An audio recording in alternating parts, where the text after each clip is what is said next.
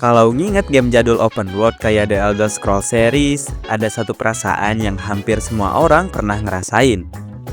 Kayak dunianya tuh kerasa gede banget, nyasar dikit langsung lupa arah, dan tiap sudut map bikin penasaran. Di zaman dulu, istilah open world belum serame sekarang, tapi anehnya, banyak game lama yang justru sukses bikin dunianya kerasa luas dan megah, walaupun secara teknis masih terbatas. Di video ini, gua bakal ngebahas 10 game open world jadul yang dulu terasa gede banget. Bukan cuma karena mapnya luas, tapi karena cara gamenya ngebangun rasa petualangan itu. Langsung aja kita mulai. Di list nomor 1 ada The Elder Scrolls 3 Morrowind. The Elder Scrolls 3 Morrowind adalah game action RPG open world yang dirilis pada tahun 2002. Game ini pertama kali dirilis di PC dan Xbox, lalu belakangan hadir juga di Xbox One dan Xbox Series X atau S lewat backward compatibility. Setting dunianya ada di Pulau Vardenfell dengan gaya fantasi yang aneh, gelap, dan beda dari RPG kebanyakan. Di zamannya, Morrowind itu kerasa gila luasnya. Nggak ada penanda quest yang jelas, nggak ada panah petunjuk arah, semuanya ngandelin catatan dan insting pemain. Jalan kaki dari satu kota ke kota lain aja bisa makan waktu lama. Belum lagi nyasar gara-gara salah belok. Tapi justru dari situ rasa petualangannya dapat banget. Yang bikin game ini dulu terasa gede tuh bukan cuma mapnya, tapi kebebasan yang dikasih juga. Mau langsung nyasar ke area berbahaya juga bisa. Mau jadi penyihir aneh atau petarung brutal juga bebas. Dunia Morrowind itu tipe dunia yang bikin pemain ngerasa kecil, asing, dan harus belajar pelan-pelan buat bertahan hidup di dalamnya. Di list nomor 2 ada Grand Theft Auto San Andreas. GTA San Andreas adalah game open world action adventure yang dirilis pada tahun 2004, yang awalnya rilis di PlayStation 2, lalu menyusul ke Xbox, PC, dan kemudian hadir juga di PlayStation 3, Xbox 360, PlayStation 4, Xbox One, serta Nintendo Switch lewat berbagai versi dan remaster. San Andreas dulu kerasa gede banget karena mapnya bukan cuma satu kota, tapi satu negara, bagian fiksi. Ada Los Santos, San Fierro, Las Venturas, lengkap dengan desa, gurun, hutan, sampai pegunungan. Perjalanan antar kota aja rasanya kayak road trip, apalagi kalau masih belum hafal jalannya. Selain mapnya, aktivitas di San Andreas juga bikin dunianya hidup. Bisa nge-gym, bisa makan, bisa ganti gaya rambut, balapan, sampai sekedar muter-muter naik motor tanpa tujuan. Di era PS2, game dengan skala dan kebebasan segede ini benar-benar bikin melongo dan susah banget buat dilupain. Di list nomor 3 ada The Legend of Zelda Ocarina of Time. The Legend of Zelda Ocarina of Time adalah game action adventure dengan elemen open world yang dirilis pada tahun 1998.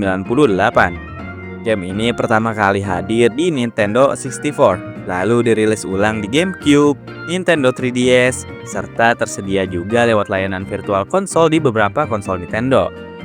Walaupun secara teknis gak sebesar open world modern, Hyrule di Ocarina of Time dulu kerasa luas banget. Dari Hyrule Field yang terbuka, ke desa, gunung, dan danau, semuanya nyambung tanpa loading panjang. Untuk ukuran game 3D saat itu, ini terasa revolusioner. Dunia Ocarina of Time itu punya rasa petualangan yang kuat. Musiknya, transisi siang malam, dan perubahan dunia antara link kecil dan dewasa bikin map yang sama terasa berbeda. Ini tipe dunia yang bikin pemain pengen explore bukan karena dipaksa, tapi karena penasaran. Di list nomor 4 ada Shenmue 2. Shenmue 2 adalah game open world action adventure yang dirilis pada tahun 2001. Game ini awalnya dirilis untuk Dreamcast, lalu hadir juga di Xbox, dan versi remasternya tersedia di PlayStation 4, Xbox One, dan PC. Dibanding game lain di eranya, Shenmue 2 kerasa gede karena detail dunianya. Kota-kota yang dikunjungi penuh NPC dengan rutinitas masing-masing. Jam waktu berjalan real time, dan banyak area yang bisa dimasukin tanpa batasan aneh. Jalan-jalan di kota aja rasanya kayak hidup di dunia lain. Skala dunia Shenmue itu bukan soal map luas doang, tapi soal kedalaman. Kamu bisa nyasar, ngobrol sama orang random, ikut aktivitas sampingan, dan ngerasain dunia yang berjalan tanpa nunggu pemain. Di awal 2000-an, pendekatan kayak gini tuh kerasa mind blowing. Di list nomor 5 ada Shadow of the Colossus. Shadow of the Colossus adalah game action adventure dengan elemen open world yang dirilis pada tahun 2005. Game ini pertama kali dirilis di PlayStation 2, lalu mendapat versi PlayStation 3 dan remake penuh di PlayStation 4. Dunia di game ini tuh sepi, luas dan sunyi. Nggak ada kota, nggak ada NPC yang ramai, cuma padang luas, gurun, dan reruntuhan. Tapi justru itu yang bikin mapnya terasa gede banget. Perjalanan dari satu Colossus ke Colossus lain bisa lama dan hening. Game ini bikin pemain ngerasain skala dunia dengan cara yang berbeda. Bukan lewat banyak aktivitas, tapi lewat jarak, kesunyian, dan ukuran musuh yang luar biasa besar. Sampai sekarang, sedikit game yang bisa ngasih rasa kecil di dunia yang luas sekuat ini. Di list nomor 6 ada Mafia: The City of Lost Heaven. Mafia: The City of Lost Heaven adalah game open world action adventure yang dirilis pada tahun 2002. Game ini pertama kali hadir di PC, lalu menyusul ke PlayStation 2 dan Xbox. Settingnya ada di kota fiksi Lost Heaven yang terinspirasi dari kota-kota Amerika pada era 1930-an, lengkap dengan nuansa mafia klasik dan suasana jadul yang kental. Di zamannya, dunia mafia terasa gede bukan karena penuh aktivitas aneh-aneh, tapi karena skalanya realistis. Jalanan panjang, jarak antara distrik jauh, dan mobil yang gak ngebut kayak game arcade bikin tiap perjalanan kerasa lama. Belum lagi aturan lalu lintas dan polisi yang bikin pemain gak bisa asal ngebut. Jadi kota ini terasa berat dan nyata. Yang bikin Lost Heaven berasa luas itu atmosfernya.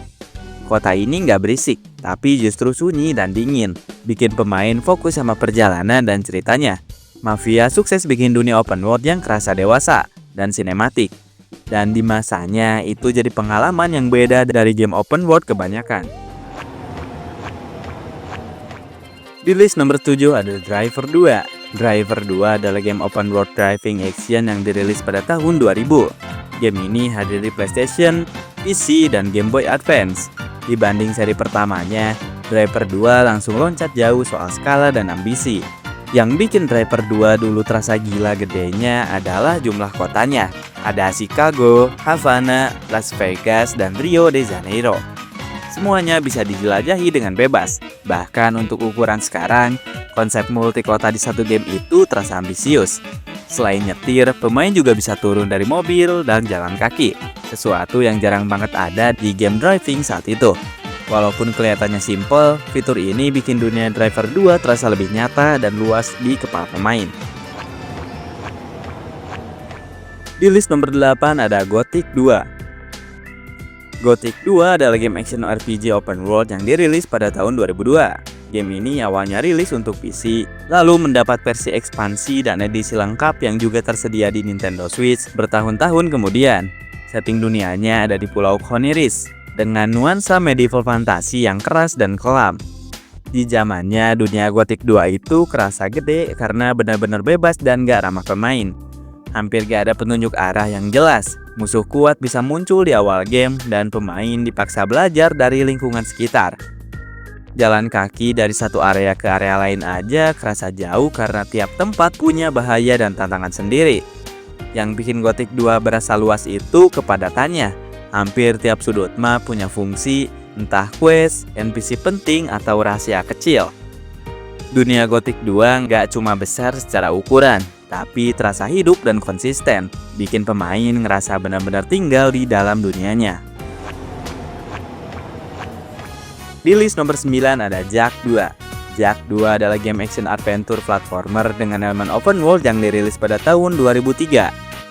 Game ini tersedia di PlayStation 2, lalu dirilis ulang untuk PlayStation 3, PlayStation 4, dan PlayStation 5. Jak 2 bikin lonjakan besar dari seri pertamanya. Dunianya berubah jadi kota besar bernama Heaven City, penuh distrik, lorong, dan area rahasia. Untuk game platformer, map sebesar ini dulu kerasa nggak masuk akal. Perjalanan antar area pakai kendaraan, naik turun gedung, dan nyasar ke ganggang sempit bikin kota ini terasa luas dan kompleks.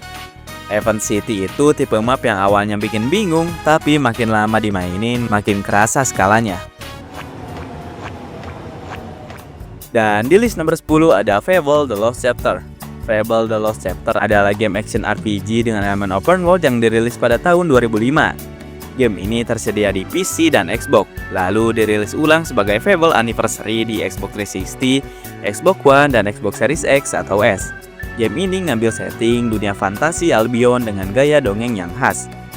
Walaupun mapnya terbagi per area, Fable dulu terasa gede karena dunia dan waktunya berkembang. Karakter bisa tumbuh dewasa, berubah penampilan tergantung pilihan, dan dunianya ikut bereaksi sama tindakan pemain. Perjalanan antar desa dan kota kerasa panjang karena banyak hal kecil yang bisa ditemuin di jalan. Yang bikin game ini berkesan adalah ilusi skalanya. Dunia Albion mungkin gak raksasa, tapi cara game ini ngebangun progres waktu, moral, dan konsekuensi bikin dunianya terasa besar dan personal. Di zamannya, ini pengalaman open world yang kerasa unik dan beda dari RPG lain. Dan itu tadi 10 game open world jadul yang dulu kerasa gede banget pas pertama kali dimainin. Ada yang dunianya luas, ada yang sepi tapi berasa megah, dan ada juga yang bikin pemain ngerasa kecil di dalam mapnya. Kalau menurut kalian ada game open world jadul lain yang dunianya dulu terasa gede banget tapi belum masuk list, tulis aja di kolom komentar. Jangan lupa like kalau suka, subscribe biar gak ketinggalan konten game nostalgia lainnya, dan sampai ketemu di video berikutnya.